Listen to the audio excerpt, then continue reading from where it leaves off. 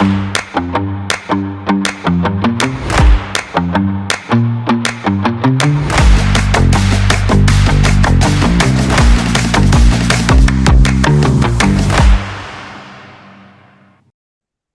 everyone, and welcome to this Galien Foundation Week of Biomedical Innovation webinar, celebrating the best of the best life sciences innovation that improves the human condition. I am Bhargav Mantha. I'm a partner at ZS, and I lead up the firm's medtech practice. And I'll be serving as chair and moderator of this one-hour discussion, highlighting nominees in the Best Medical Technology Product category of the annual Galien USA Awards program. The webinars taking place this week serve as essential backgrounds for the awards, the Galien Foundation's largest event, held on Thursday evening at the American Museum of Natural History in New York. It takes place in conjunction with our annual Galien USA Forum, which hosts speakers representing top scientific experts, biopharma business executives and entrepreneurs, and leaders in public health. Because the mission of the Galien community is to improve the human condition, we have developed this webinar series to give our nominees greater visibility in describing the highs and the lows of their long journey to a breakthrough medical discovery. In the Best Medical Technology category, which is our focus today, we have panelists representing companies that work tirelessly in bringing their technologies forward for recognition by our Galien USA Awards Committee of Nobel laureates and other distinguished leaders in science and industry. I'd now like to welcome each of our panelists to the webinar. Can I ask each of you to introduce yourself, your company and title, as well as a few words describing your association with the nominated product? Steve, why don't we start with you? Well, thanks very much. Thanks for having me. My name is Steve Lisi. I am the CEO of Beyond Air. Beyond Air is a company that is dedicated to nitric oxide gas. And we've developed the LungFit PH. It is a medical device that generates nitric oxide, which I think most people know, but it is a medical gas used in the critical care setting. And we manufacture it directly from ambient air. So what makes our device special is the manner in which the nitric oxide, or the NO, as we call it, is generated. And we're unique to the generation of medical NO from ambient air. The gas is pure, and the system proportionally generates NO to the flow demand of any respiratory therapy device within microseconds. I became involved with the inventors of this technology in 2017. We formed a partnership early in that year and spent the next 5 years working to bring LungFit PH to market in the United States. I think that's all I have to say. Quick intro, unless anybody wants to know a little more about it. John, over to you. Hey everyone, good day. My name is John Osiki. I am a leader for a company called bioMérieux. I lead the medical affairs team. I'm a clinical microbiologist by training with 20 years of experience in diagnostic testing. bioMérieux is a leader in infectious disease testing for the world, and our products and solutions are really focused on increasing the turnaround time for rapid identification of infectious diseases so that we can appropriately identify pathogens and provide guidance and direction to physicians and to patients on appropriate therapeutics to be able to manage those diseases. Thank you, John. Anya? Hi, good afternoon. My name is Anya Garlitsky. I'm a cardiac electrophysiologist with 15 years of academic experience in the field of electrophysiology and the Global Medical Director of Atrial Fibrillation Solutions at Boston Scientific. My role is to focus on the pre- and post-market safety of products, specifically the FARAPulse platform. We are very excited about this new technology, which treats atrial fibrillation in our patients. Thank you. Thank you, Anya. Joe? Hi, good afternoon. My name is Joe Landolina. I'm the CEO and co-founder of Cressilon, which is the company that is commercializing trauma gel. I'm a chemical engineer by training. I had maybe a little bit of an unorthodox start because I started the company out of undergrad.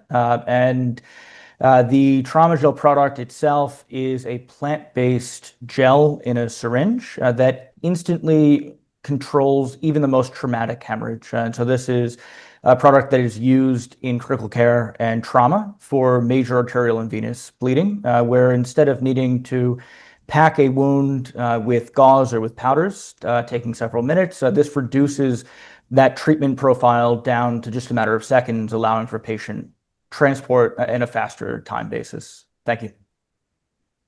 Great. Thank you, Joe. Thank you, everybody. And for the audience, if you'd like to ask a question to our panel, please do so within the QA function on the Zoom platform. So let's start the panel. Let's start with the theme of the why, which is why did your company choose this focus and what unmet need drove your innovation? So Steve, let's start with you. Why did Beyond Air choose to focus on your disease area and what unmet needs were you addressing?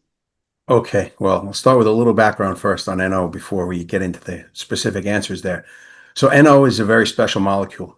It's naturally occurring in the human body via 3 separate isoforms, and it's vital to sustaining the human body. So in my opinion, and the opinion of the people at my company, there are several unmet medical needs that NO, when properly dosed, could have significant impact. So our first NO generating system, with that, we chose to target the FDA-approved indication for nitric oxide, which is term and near-term neonates with hypoxic respiratory failure. We chose this path because it was the quickest way to make a real-world impact by improving outcomes in the ICU. The unmet need is for the hospital staff. Using NO the traditional way with 40-plus pound metal cylinders can cause physical injury as well as significant logistical challenges. So this burden led us to engineer LungFit PH, which creates a safer environment for hospital staff and reduces critical care staff time, which is critical because reducing their time for managing all the equipment, it increases their time for treating critically ill patients. So our device produces NO anytime, anywhere. It's powered with a standard electrical outlet or battery. The ingredients are nitrogen and oxygen in the air we breathe. So it's as pure and environmentally friendly as possible. Whereas traditional nitric oxide manufacturing process is very costly, specialized industrial process involving thermal decomposition of ammonium nitrate with purity control, with storage and distribution of compressed gases. That's a lot to say, and it doesn't sound like a lot of fun. So there's limited shelf life and restrictions on travel with these cylinders that can restrict use in certain geographies, which LungFit PH solves all of these problems, allowing for more time for care of the patient. Great. Thank you so much, Steve. John, from the diagnostic side, how did bioMérieux identify the need for your product? And was it data-driven or clinically inspired or a bit of both? Yeah, Margot, that's a great question. If you think about respiratory infections, just in the United States alone, there's an estimated billion respiratory infections in a year's time in North America. And oftentimes the symptoms are overlapping. We don't know what the causative agent is. And so it's super important for us to be able to identify what's causing the disease. And so bioMérieux has introduced the BioFire Spotfire system and the BioFire Spotfire respiratory sore throat solution. This is a CLIA waived and it's an FDA approved multiplex PCR test, which can detect the genetic signature of viruses and bacteria that cause common respiratory infections, but can generate laboratory quality results in 15 minutes at the point of care. And so this was cleared by the FDA in March of 2024. It detects 15 viral or bacterial pathogens from a nasopharyngeal or a throat swab, and it can really provide clear indications for patient management. So we know that respiratory infections can be nonspecific. The symptoms are nonspecific. And so it's really hard to know, do we administer antibiotics? Do we administer antivirals? How do we manage these patients appropriately? Misdiagnosis contributes to a lot of inappropriate antibiotic prescribing. We've heard about this evolution of an increase in resistant organisms. That's oftentimes because we're overprescribing antibiotics. So studies are showing 50% of ambulatory patients receive antibiotics unnecessarily for viral infections. And there's more and more evidence to show that those treatments have negative consequences for that individual patient and for others in the community. And so we know that the traditional testing that's been used, rapid antigen tests typically, they're fast, but they're limited in their accuracy and in their pathogen coverage. While lab-based PCR tests that detect the genetic signature of these pathogens are accurate, but in the past they've been slow because we sent the sample to a centralized laboratory where it had to be worked up and tested. And that essentially delayed the treatment decisions for those patients.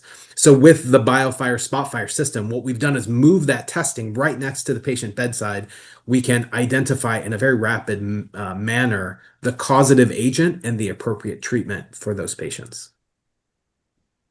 That's very exciting, John. Anya, from your perspective at Boston Scientific and as a clinician, how do you identify where innovation is truly needed? So thank you for asking. I think it begins with the unmet need. That was part of your initial question. So before I address that, let me just give you a little more background on FARAPulse and then speak to those unmet needs. So FARAPulse is a non-thermal, minimally invasive ablation system. It is used to treat atrial fibrillation. So it uses short bursts of electrical pulses via catheter to induce what we call irreversible electroporation in the cardiac tissue. And the remarkable part about it is that it is selective. It selectively targets the cardiac myocytes, the heart cells, while sparing the adjacent structures, the nerves, the esophagus, and it avoids pulmonary vein stenosis. And that's unlike thermal modalities. So to answer part of your question, it's about addressing specific anatomic needs as well as clinical needs. So this PFA energy can be delivered in seconds compared to lengthy thermal ablation applications. So the disease state itself, it is atrial fibrillation. It's the most common arrhythmia out there. It is projected to affect 10.5 million people in the United States this year. And the rate is rising due to aging. So patients with AF have a higher risk of heart failure, 3 times as much as one without heart failure, 5 times a higher risk of stroke, increased risk of dementia, and AFib significantly reduces the quality of life. In addition, having the diagnosis of atrial fibrillation, it portends a substantial healthcare burden. It leads to frequent hospitalizations and elevated healthcare costs. So in regard to this unmet need, traditional treatments, which have been thermal ablation, so cold, which is cryo, or heat, which is radio frequency energy, these are lengthy ablations. They're very skill dependent upon the operator with less reproducibility. So there was a clear need for safe, effective, and more efficient ablation therapies, and FARAPulse addresses these gaps. It does so by reducing these thermal complications, shortening procedure times, and again, allowing significant operator reproducibility. So that has been our focus, addressing patient needs, the medical needs of the community at large. And FARAPulse received FDA breakthrough designation and then FDA approval in January of last year. As a result, we've treated over 500,000 patients worldwide. So I think that speaks to what the unmet need was. Thank you. Great. Thank you so much, Anya. That's addressing such an unmet need here. Joe, Cressilon's story, it started very early, as you mentioned. What drew you to trauma care, and what gap did you see? Yeah, of course. So, like you mentioned, I was an undergrad when I invented the technology, and it started not with the need, but with the technology. I realized that this blend of polymers that form trauma gel would create a really durable barrier. But I was lucky; I had a number of family members who worked in the medical space, and I knew that uncontrolled hemorrhage was a major issue. And it turns out that if you look at the battlefield or in combat cases, 91% of combat deaths are attributable to uncontrollable hemorrhage, meaning that the technology that's used to be able to stop bleeding, especially very large, very severe bleeds, just frankly doesn't work. And in Brooklyn, we call that pressure in a prayer, which is stuffing a wound inch by inch full of gauze and holding pressure on it and hoping that the bleeding is able to be under control or be brought under control. And if we look across the world, there are over 1.5 million deaths on an annual basis due to uncontrolled hemorrhage. And these are primarily from motor vehicle accidents. These are from gunshot wounds, stabbings, and other modalities of trauma. And unfortunately, the technologies that exist are not adequate in being able to get to the source of the bleed and adequately stop a bleed in the field or even in an emergency room. And so what we realized with Trauma Gel is that the technology that I had been playing with as a young researcher had promise, and that now it took 15 years and a very long path of development to get it to the point where it was able to be cleared by the FDA last year. But what we do differently is instead of having to pack the wound and identify the source of bleeding and get the product or get gauze or powder exactly where it needs to go, taking minutes if it works at all, is you can take this gel. It's a blend of two polysaccharides or polymers that come from algae or seaweed, and they nearly instantaneously reassemble into a mechanical barrier against bleeding. And so you, on contact, can stop even the most severe of arterial bleeds. And then it allows the patient to produce their own endogenous clot. So even if you take off Trauma Gel, you leave behind the patient's own clotting material, allowing for safer and faster transport. That's very innovative. Thank you, Joe, and thank you all. As we all see, each of you connected science with a clear unmet need, and that alignment drives true innovation. So now let's spend the next question on the impact, which is how has your innovation made measurable impact on patients and clinicians? Steve, let's start with you again. So what outcomes or feedback validate Beyond Air's approach? How are you demonstrating value to clinicians and payers? Okay, so the value to the is really to the clinicians, to the users in the hospital for us.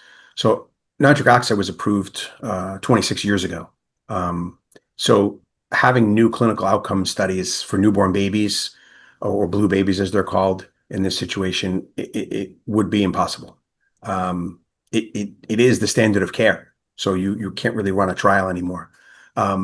So we chose to focus on the impact to the clinicians and to the ICU environment and improving that environment. So the feedback we've had from clinicians has been overwhelmingly positive, not just from the respiratory therapists who are the main user of this, but also from ICU nurses and anesthesiologists, neonatologists, et cetera. It's just changes the workflow dramatically.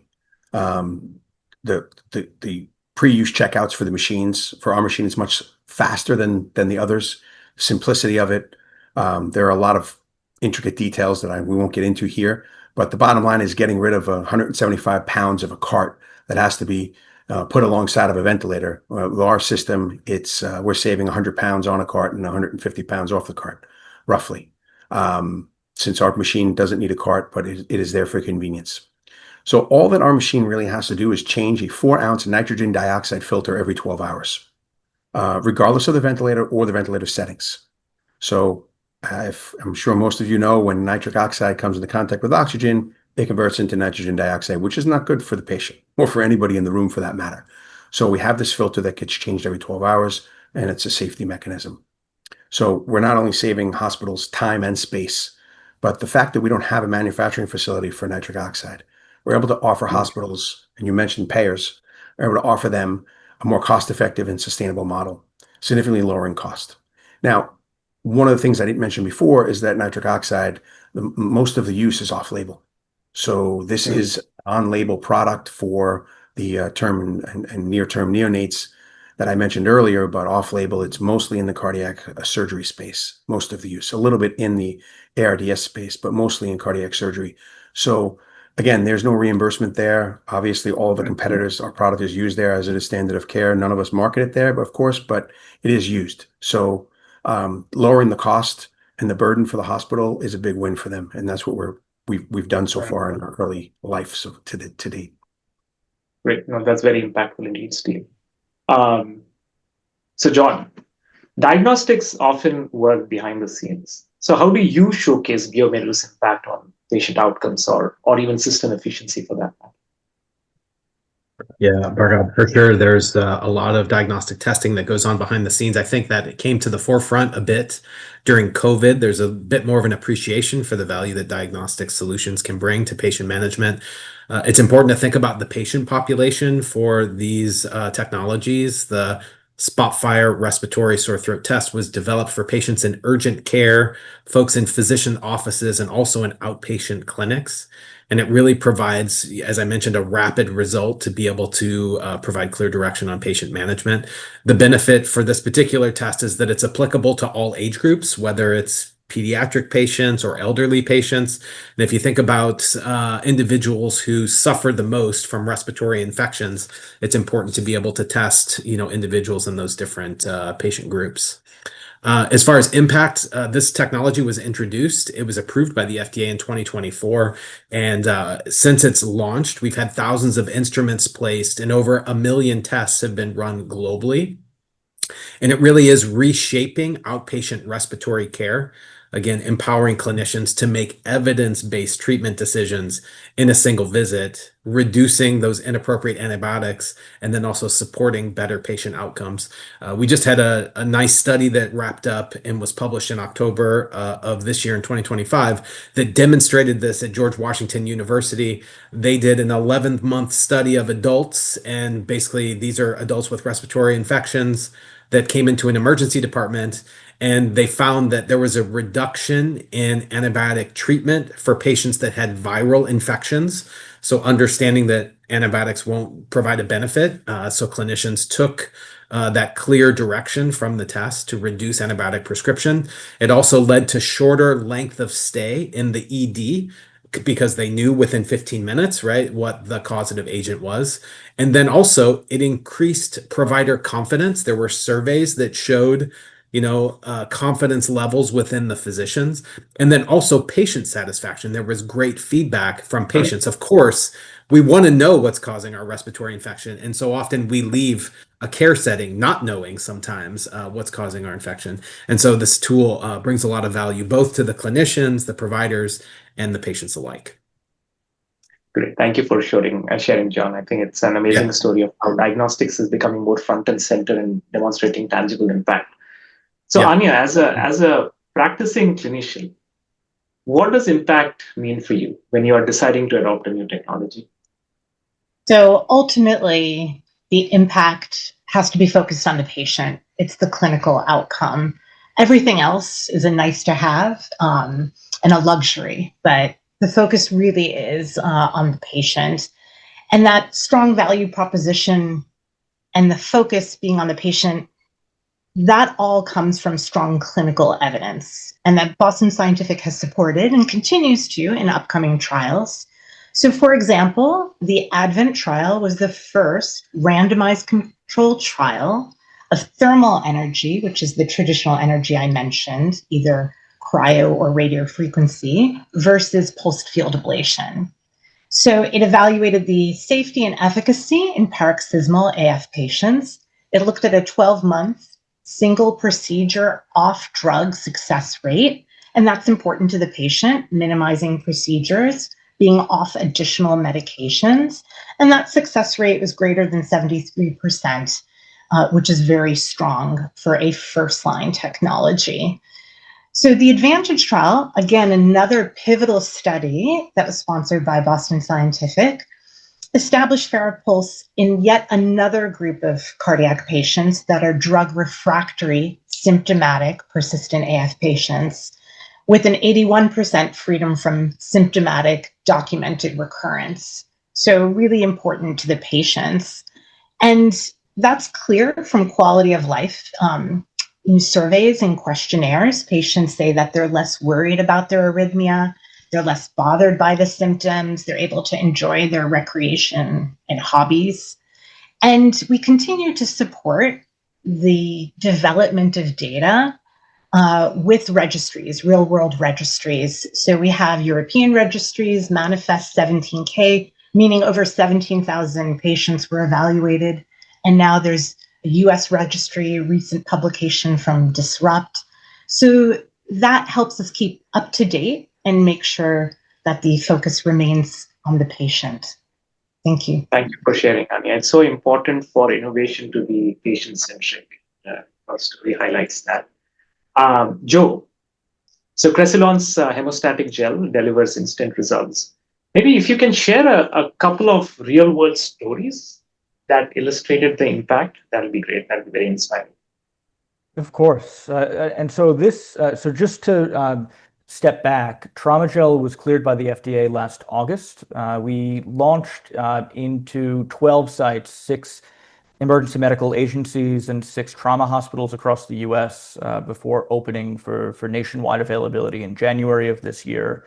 And so since then, we've had hundreds of documented patient lives saved with the product, primarily in EMS agencies and trauma hospitals. I'll highlight just a few examples because I think it shows not only the ability to stop bleeding quickly, which is interesting, but that's not actually the patient benefit. The patient benefit is the ancillary effects that come later. And so in one case, there was a patient in South Carolina who was an off-duty first responder. He was building a swing set for his granddaughter using a miter saw. The miter saw slipped and he suffered a partial amputation to his hand. And so he ended up cutting through 4 bones in his hand and severed the ulnar artery, which was an incredibly lethal or potentially lethal hemorrhage. When first responders arrived, this was a rural community. And so the transport time to the nearest level 1 hospital, even with a medevac, would have been around 2 to 2.5 hours. And so in this case, even though they applied a tourniquet and were able to stop the blood flow to the hand, that patient would have lost his hand had he taken the entirety of the 2.5 hours to get to a level 1 trauma center. And so the medical director of that agency made a call, which was to use Traumagel and use that to reduce the tourniquet in field, meaning that remove the tourniquet and use Traumagel instead. That allowed his hand to be reperfused. And that patient recovered well, he lived, and he's expected to receive about 90% of the use of his hand back at this point. And so it just shows, especially in tourniquet conversions, and this is a case series that was done with a number of medical centers, primarily in Louisiana and in North Carolina, that when patients have major extremity trauma, having a tourniquet in place is helpful. It allows that patient to be transported to the emergency room, but lack of limb perfusion can increase the risk, especially for loss of limb. And using Traumagel to either reduce or change over those tourniquets are critical. And then one final example here is just how a system can introduce Traumagel. And so in the Atlanta area is an emergency system called Cobb County EMS. And Cobb County EMS implemented Traumagel. They used it primarily in cases where their current standard of care failed. Implementing Traumagel, they were able to save 25 patient lives over the course of their study. They significantly were able to reduce blood loss and also reduce the risk of blood transfusions or the need for blood transfusions, which also has potential to save treatment costs for that patient. And so all in all, it's not just about stopping bleeding quickly, it's about transporting patients faster, about reducing patient cost and reducing risk to limb. Thank you for sharing such poignant stories, Joe. So thank you all for sharing these examples, which show that medtech impact is not only measured in data, but in lives changed and clinical practices. So let's move to the last category of questions, which is really the journey of an innovator, a journey of an entrepreneur that all of you had to take. So the theme is, what challenges and lessons have shaped your journey from concept to market? Steve, again, let's start with you. What was the toughest moment in taking Beyond Air from proof of concept to approval? The global pandemic.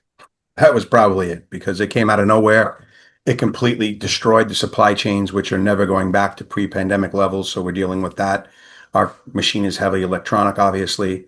And the biggest disruption in the hospital was the respiratory department. And that's where we went. We did all of our testing in 2019 for compatibility with ventilation. That all changed when we got on the market, in late 2022 as everybody got their ventilators approved during the pandemic and all the upgrades to them and so forth. So, there's no way to predict something like that. So I don't know what advice to give anyone out there trying to do what everyone on the panel here and others have done, because that's just an outlier event that could never have been predicted. And we kind of knew about it, in 2019 when supply chains started drying up. We're like, this is coming here. We're in big trouble. So it wasn't a shock to us in March of 2020, but it was a shock to us in November of 2019 when we couldn't get any parts. So that was probably the biggest hurdle, and still a hurdle today for us in the rollout of our system. But going more traditionally in terms of what to do in development when you don't have an outlier event like that, our approval process is a little bit unique for medical devices. In the drug world, you can get approval without doing clinical studies. You might do, sorry, drawing a blank on this, bioequivalence. Apologize. Do a bioequivalence test. So we kind of, did what we would joke about it internally. It's bioequivalence ex vivo, right? I mean, we had to prove that nitric oxide coming out of our system was the same as the approved nitric oxide on the market. Additionally, nitric oxide from us and our competitors is not delivered directly to the patient. It's delivered to the ventilator circuit where it mixes with other breathing gases. So, that's what you're looking to do, is what's the purity of your NO and can you deliver it on, in a timely manner to the ventilator circuit. So that was our hurdle, more of an engineering exercise than a clinical exercise. But again, no, didn't make it easier for us, that's for sure. So I would say that, one of the things that was a huge challenge for us was explaining to FDA how it was possible that this could be done. Generating NO, could be done with striking a match or a lightning strike in nature, but controlling it and constantly changing your NO concentration and delivery to the needs of the ventilator is not so simple. And there are a lot of other problems we won't get into here, but just educating FDA on this, it took time, and I wish we started the process even earlier. I think one of the other things that was probably a big miss, I don't know if it's a big miss, but I think it's a miss now that we're here, is you can't go to the customer early enough. I think once your patents are in place, I think going to the customer as early as possible and getting feedback from as many potential customers as possible. We didn't have any customers. We started this out, right? So going to those early potential customers, doing human factor testing, very early in stage and doing it over and over again. I think that's probably something we wish we had done a little bit more of. And maybe the pandemic affected that. Post-pandemic, we came to the market, so things were changed a little bit. But I think that's probably the thing that I would advise people is go to customers as early as possible and work with FDA as early as possible to hold them, bring them along. But again, this may have been a pandemic issue for us because it was total chaos for a while. Thank you for sharing your learnings. Very insightful, Steve. Sure. John, with bioMérieux's global scale, what lessons have you learned navigating regulation and adoption across regions? Yeah, thanks so much. I think it's important to remember with respect to syndromic testing, really understanding patient symptoms and being able to, clearly identify what challenges they're facing and how we can appropriately manage them. bioMérieux has pioneered this space and introduced our first panels back in 2011. And so those first panels were looking at respiratory infections. We have solutions that we've developed for meningitis and encephalitis, for pneumonia. Anywhere that there are symptoms that overlap, to be able to identify pathogens that will help guide therapy. That was done in a hospital setting. And again, there's time intervals that are involved. So the challenge is we're bringing those panels to a rapid turnaround time and closer to the patient. Those are the challenges that we had to overcome. And as I already illustrated, it's important to improve diagnosis, but then also to improve antimicrobial stewardship and ultimately impact those patient outcomes. So we had to introduce some engineering breakthroughs, which were quite challenging. If you're familiar with PCR technology, this is the ability to replicate genetic material using a closed system where enzymes actually replicate nucleic acids and can generate lots of target materials. We had to develop a new ultra fast thermocycler that was capable of these extreme PCR cycling conditions. So that was one challenge that we were able to overcome. We also had to improve the chemistry. As DNA is built, you have to incorporate nucleotides, and the balance of chemistry is super important to be able to optimize that. And then the other important piece is reducing contamination. As you're aware, if you went into a hospital today, a third of people may have a respiratory infection that's smoldering and could cause a false positive result for some of these tests. And so a closed disposable reagent pouch designed specifically for reducing contamination and false positives was super important. And so we've been able to engineer that successfully. When we presented this to the FDA, of course, large, robust studies were necessary, but we just demonstrated really great performance from a positive percent agreement and a negative percent agreement with laboratory-based tests. So essentially showing you can have a laboratory quality result within 15 minutes at the patient bedside with that 15-minute workflow. So that really instills a lot of confidence in the clinicians that would use the solution and really drives improvements in care for patients.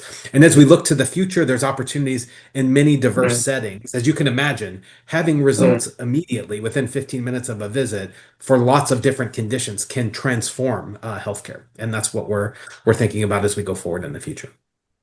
Awesome. It's great to see how you converted a constraint into an opportunity. That's great. Thank Anya, from your vantage point, what do patients or the public often misunderstand about innovation?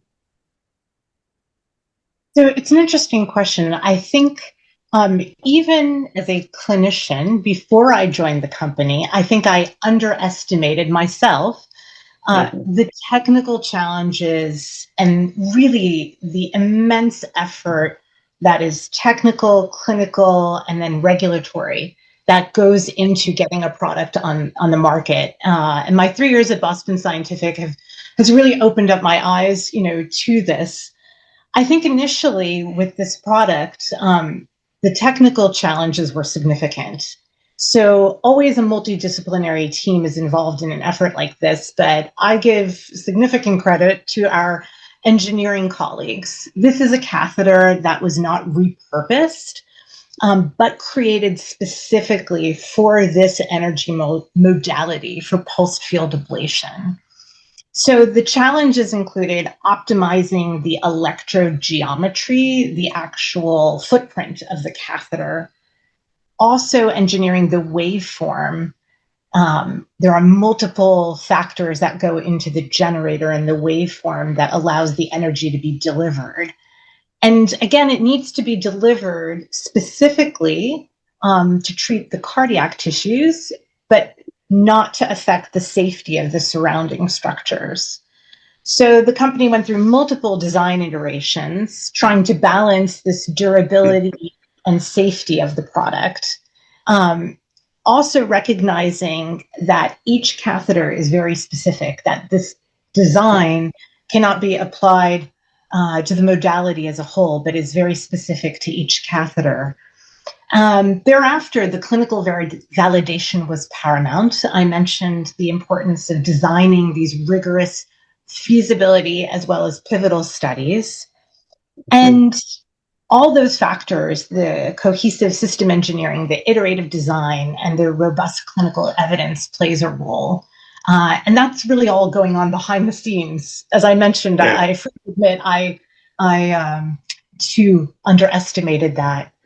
And then finally, I think something Steve mentioned is, the importance of the strong collaboration, with physicians, which we were able to have from the beginning, giving physicians a voice, leading the acceleration, and then quickly adopting this technology is very important. Thank you. Great. No, thank you for sharing. It's such a great revelation that innovation is rarely a eureka moment. Innovation is a process. It is discipline. So that's so true.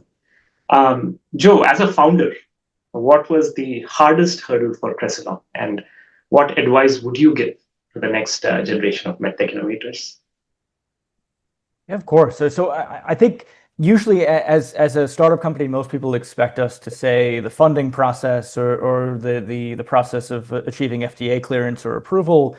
But actually, in the case of Traumagel, it was manufacturing. It was almost entirely CMC. And you look at Traumagel, it looks like hummus in a syringe. It seems like a fairly simple and easy device to manufacture.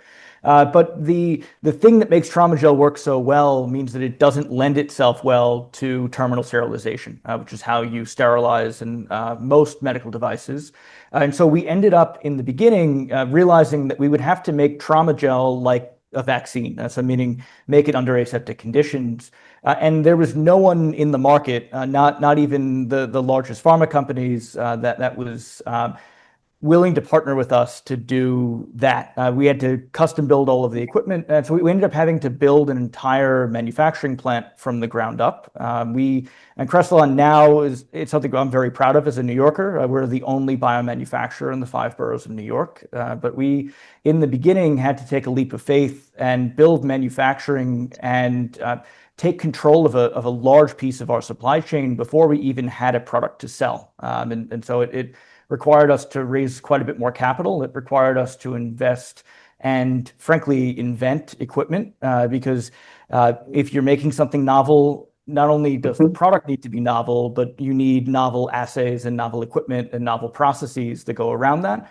And at the end of the day, you need a quality management system that is capable of delivering a level of safety to the patient as you scale. And that's not something that you can do as a couple of kids in the dorm room. And so you have to build a relatively large team and put a number of resources around it. And that took us years. So it's why it took us a decade from dorm room days to launching our first product in the animal health space in 2020, and another 5 years after that to launch Traumagel. It was mainly in the CMC and the quality management system.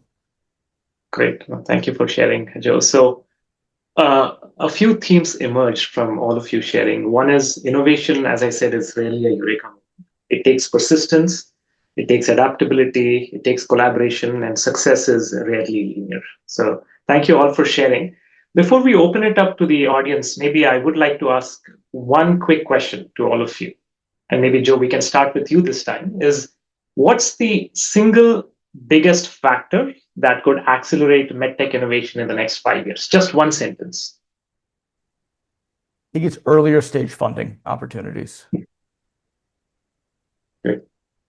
Anya? It may be a knee-jerk response by many these days, but I do have to say, and I do believe AI-driven care is the future. Great. John? Yeah, I would say improved evidence generation and communication of the outcomes of that evidence to peers. We live in an information wasteland sometimes. There's so much information out there. And to be able to provide focused, direct feedback on these new technologies and the improvements that they bring to patients could be tremendously beneficial. So more evidence-based generation and then education around those tools to improve patient care, I think, is super important. Great. Steve, any words of wisdom from you? I go back to the regulatory process. I think it needs to be more streamlined. It's obviously a lot of changes going on at FDA, and I think it takes a very long time, and it's a lot of I think time that could be saved for small companies who innovate. I think we could do a better job as an industry, I think. Great. Thank you so much for sharing your thoughts. Let's open it up for audience questions. If there are any questions, please post them in the Q&A feature on Zoom. But Steve, Joe, John, and Anya, thank you so much for sharing your thoughts. I personally enjoyed your journey and the innovations that you are all spearheading. And yeah, the future of medtech has never been this bright. Thank you very much. All right, so maybe let's close the panel again. I just wanted to thank the panelists, and this discussion really highlighted the ingenuity and the perseverance behind every innovation represented here. So congratulations to all of you, and thank you to the Galien Foundation for championing innovation that improves the human condition. Just a reminder again, please join us Thursday evening at the American Museum of Natural History for the pre-Galien USA Award ceremony. And thank you all for being part of the Week of Biomedical Innovation. Thank you so much. Thank you. Thank you.